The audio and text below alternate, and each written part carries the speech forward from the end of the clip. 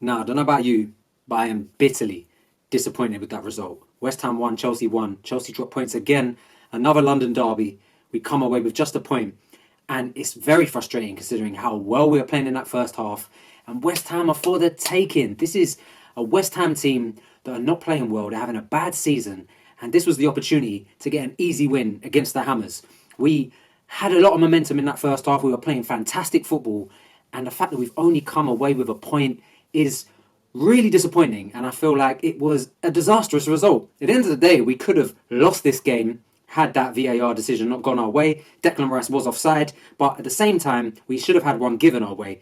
As Declan Rice was rightfully offside, Souček handballs the ball in his penalty box, practically makes a goalkeeping save to prevent Chelsea from scoring, and it doesn't even get checked. It's absolutely absurd that that has not been checked by VAR, and the referee was not interested at all. But when things aren't going your way, they aren't going your way. And I just knew as soon as we conceded that goal, as soon as West Ham equalised, it wasn't going to be our day. Because that seems to be the case. Chelsea's complacency, our lack of ability to score goals is the common theme this season. And once again, it comes back to bite us. But it is a really disappointing result. And I guess the only big positive I can take away from this game is the brilliance of Joao Felix. How outstanding was he today? That first half, he was sensational. It was similar to the game against Fulham where he made his Chelsea debut. He lit up the pitch. He looked like he was on a different frequency to everyone. He was by far the strongest player on that pitch. The burst of pace, the technical ability he possesses, the cuteness, the passes, the flicks, he was truly outstanding. And Chelsea have got some player. I know we're paying almost £1 million a game for him at the moment, but he's pretty much looking like he's worth every penny at the moment. And it's going to be difficult with the prospect of losing him in the summer, considering how well he's playing. Bowley might just well and good just put his money up and purchase his services permanently, because he looks like head and shoulders above anything we have in that area at the moment. He looks like really is a world-class player that could light the Premier League up. And you just see that with the goal. The goal is clinical, something that we've been lacking. And even the disallowed goal, if he pulls that off, I was absolutely galvanised by this piece of play from Joao Felix. The dink over the goalkeeper, comes back off the post, he puts it in. He's a fraction offside, but it's just brilliant. He's just been absolutely everywhere in that first half. And we've got some player. And hopefully he comes fit, he stays fit, and he doesn't pick up any more red cards, because we know he's got that in his game. And if we can just keep him, I think goals will come.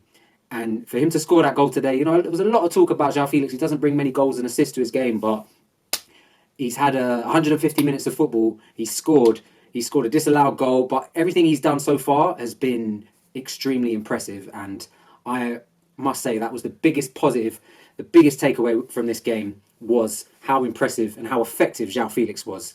And I really hope that if these performances continue, that we do manage to secure him on a permanent basis, because he is some player. 23 years of age as well. Let's not forget that. He's got a lot of years ahead of him.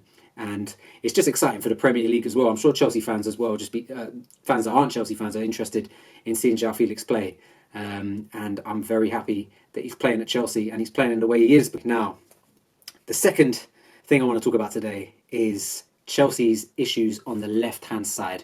This is, to me, the reason why we concede. This was where if there were any chinks in our armour at all in that first half today or in our play overall, this was it. And it's largely down to Marc Cucurella. I feel so bad having to continuously criticise the lad. He seems like a nice guy. I'm hearing that there's some family issues that he's got off the pitch that are affecting his performances, and that is extremely sad to hear. But if you're playing poorly and you keep putting in the same kind of coward performance, safe passes, not opening up your body, not seeing problems, putting your teammates in poor positions to receive the ball, something has got to give. Graham Potter needs to get this ruthless streak and drop Marc Cucurella. The equaliser from Emerson Palermi, former left-back for Chelsea, ironically enough, is all down to Cucurella's inability to close down, to talk with Mudryk, for them to sort out what's happening on that left-hand side.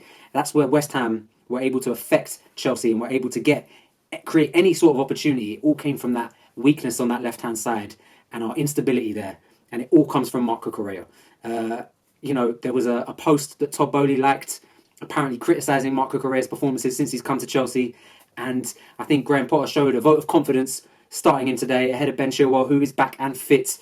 And, he obviously wanted to support the player in this incident, but again, it's the wrong decision. Cucurella is at fault for the goal, in my opinion. Yes, perhaps it would have been better for someone to get their head on it once the ball was flung into the box. It was a great ball from Bowen, but it's far too easy for Jared Bowen to put that ball in the box. Cucurella needs to be closing down, or he at least needs to be communicating with Mudryk to be able to get that ball closed down quick enough between the pair of them. And also, Cucurella's constant safe passing, always giving it to Badiashile, to Enzo, never looking up, never looking forward, is hampering Mykhailo Mudryk. Mudryk must be getting so frustrated. He's come in, he wants to make an impression. He wants to, I feel like, all of the attention he got from Arsenal fans, he's not getting one iota of that from anyone at Chelsea at the moment, because he's not able to affect the game, because Cucurella is not bringing him into the game. He's not finding him. Mudryk is making so many great, intelligent runs. You're seeing him. This guy has recorded the fastest speed by any player in the Premier League so far when he came on against Liverpool at Anfield. This is a cheater waiting to pounce. We just need to set him free. But unfortunately, Cucurella is really, really down on confidence at the moment and is unable to make any forward passes. Everything is going back. Everything is going sideways. And it's getting to the point where opponents, West Ham today, were clocking that Cucurella is not going to make that pass forward. He's going to go sideways, and they were getting privy to it, and they were pouncing on all these passes. And Cucurella was putting Chelsea players in bad positions when they had a West Ham player right on their back. And it's just, these are the fine margins that seem to keep affecting Chelsea at the moment. It's these decisions. Another one for me is Havertz playing all that game time when there's a recognised striker on the bench. Give David Datro Fofana, the Ivory Coast man, some game. Give him some minutes. Why are we just letting him rot away on the bench? It doesn't make sense. There's too many inconsistencies. It was the same thing with Zakaria. Why, when a player of this ability, why is he just being there getting ring rust on the bench? I don't get it. It doesn't make sense. We're not scoring goals. Why are you not bringing on Fofana? Cucurella's not playing well. Chilwell, Lewis Hall, anyone can see it's night and day. When Chilwell or Lewis Hall plays in that area, we're so much better. As soon as Chilwell comes on, he creates chances, he makes the ball, he makes it run, he almost scores. He's so much more involved in the game. We've got a passenger with Cucurella at the moment. I really hope his fortunes change, and I hope whatever on-the-field stuff gets resolved and he can find some peace, and that does, filter towards his performances. Or even if they don't, I just hope he finds, some peace in that area. But it's not good enough at the moment, and I need to see more of a ruthless streak from Potter. And you can't always defend your players if they're not playing well. Performances are key, and it really felt like everything was ticking in that first half, and it was one slip, one momentary slip, one poor decision making on that left hand side that led to the West Ham goal, and the momentum swung, the pendulum swung, and everything became so much more of a 50-50 game, and it shouldn't have been the case, because it looked like it was going to be a case of how many goals are Chelsea going to score today, and it turned into 1-1. It turned into a point, and I'm so disappointed. But it's really hard. It's a really, really difficult one to take. I'm going to try and look for some more positives, and I have to say I think Ruben Loftus-Cheek was a massive, massive positive today. Seeing him back in that starting 11, you don't realise how much he's missed.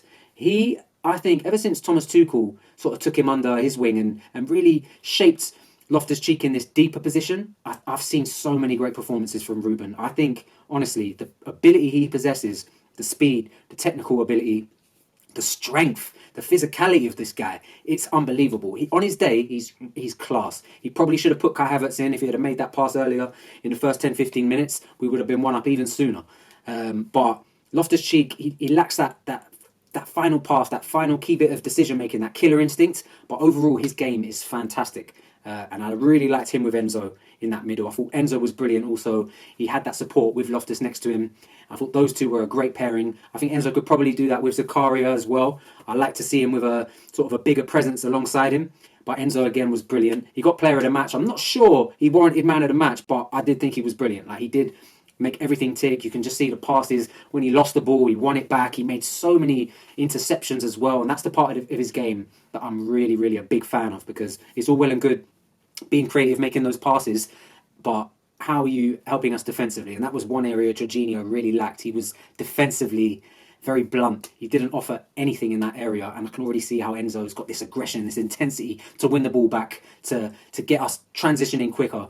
And I thought it was a great game from Enzo Fernandez. Again, Badiashile looks like He's been playing for Chelsea for seasons now. Him and Thiago Silva are absolutely the centre-back pairing that is our strongest and is definitely going to be the centre-back pairing I see moving forward. It's a really strange one. He hasn't picked Badiashile for the Champions League squad.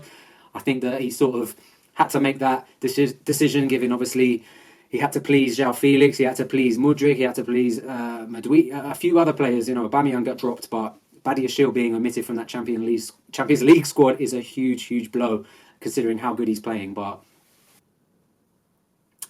this draw 1-1 is really down to the fact that Chelsea are just unable to last 90 minutes. And I think that is always going to be the case when you throw so many players together that have not played with each other, that don't have that chemistry. They're finding their rhythm, because it doesn't seem to last over 90 minutes. There are a few great passages of football, but they do seem to taper off. And we allowed West Ham to get a foothold in the game and almost win it.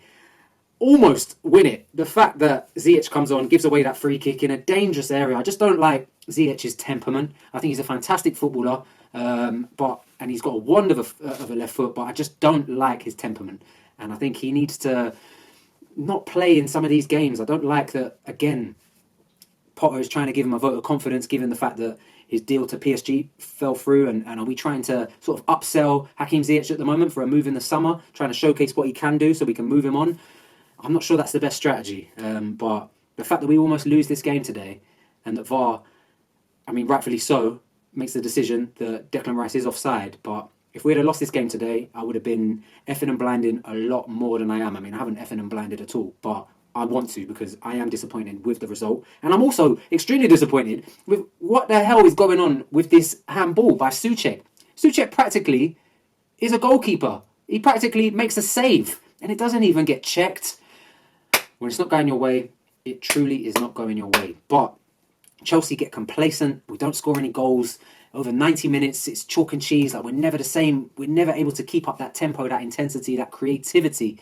And if there's a lack of goals, you've got to be bringing on your recognised striker. He's got to be getting more game time. Kai Havertz cannot lead the line. For all of our brilliance from Joao Felix, he could really do with someone to run off him, someone to make more of those runs. Kai Havertz didn't have his worst game. He did create opportunities, but he's not a striker. He shouldn't be in that position.